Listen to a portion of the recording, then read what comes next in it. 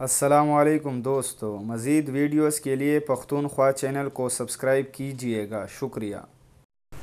دنیا نیوز کے پروگرام دین و دنیا مولانا طارق جمیل کے ساتھ میں بیان کرتے ہوئے مولانا طارق جمیل نے کہا ہے کہ حضرت امام حسین رضی اللہ تعالیٰ عنہ نے عین جنگ کی حالت میں بھی نماز ترک نہیں کی،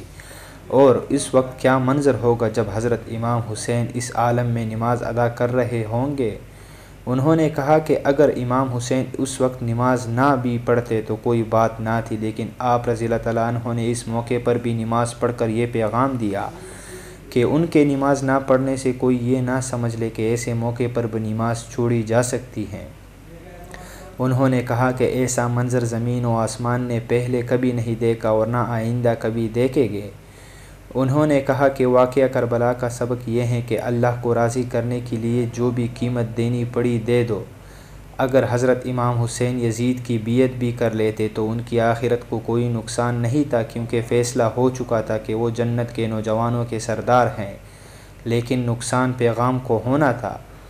انہوں نے کہا کہ مسلمان ظالم اور ظالم کے ساتھی نہ بنے بلکہ مظلوم بنے، اگر ظالم بنیں گے تو شمر کے ساتھ ہی جانا پڑے گا، اس لیے حسینی قافلے کے ساتھی بن جائے اور مذہب کے نام پر قتل و غارت نہ کرے، اس سے کچھ بھی فائدہ نہیں ہوگا۔ انہوں نے کہا اگر میری بات پر یقین نہیں تو اسپین کا ایک چکر لگا لے، میں وہاں جا کر بہت رویا ہوں، اس لیے نہیں رویا کہ وہاں مسلمانوں کے ساتھ کیا ہوا،